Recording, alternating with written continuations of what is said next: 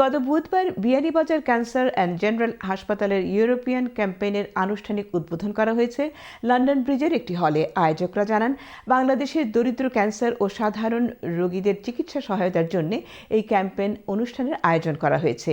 এর অংশ হিসেবে প্রতিষ্ঠানের ট্রাস্টি আল মামুনার রশিদ, আব্দুল সামাদ, আলী আব্দুল রউফ এবং নাসিরুদ্দিন 7 জুন থেকে ইউরোপের রোড ট্রিপে অংশ নেবেন।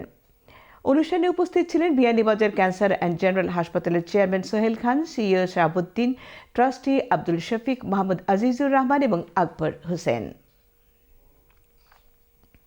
আমাদের Beanibazar cancer and general hospital ফাউন্ডেশনের জন্য তারা ফান্ড রাইজ করবে এবং প্রত্যেকটা শহরে তারা যাবে, মানুষকে উৎসাহিত করবে এবং আমাদের হসপিটালের পুয়ার পেশেন্টদেরকে হেল্প করার জন্য যে তারা উদ্যোগটা নিয়েছে তাদেরকে সাধুবাদ জানাই, আমরা ধন্যবাদ জানাই। আমি ওনাদেরকে আমরা উইশ করি যে যান সাকসেসফুল হয়ে যান। So we're reaching out to all our viewers and also our donors that have continually supported us. We're looking for you to show your support as we tour the whole of Europe. Europe tour করার লাগে 4 জন young তারার লাগে wish করি, দোয়া করি যে তারা successful হইতো। Brothers, sisters who are out there, we ask you to come and talk to us.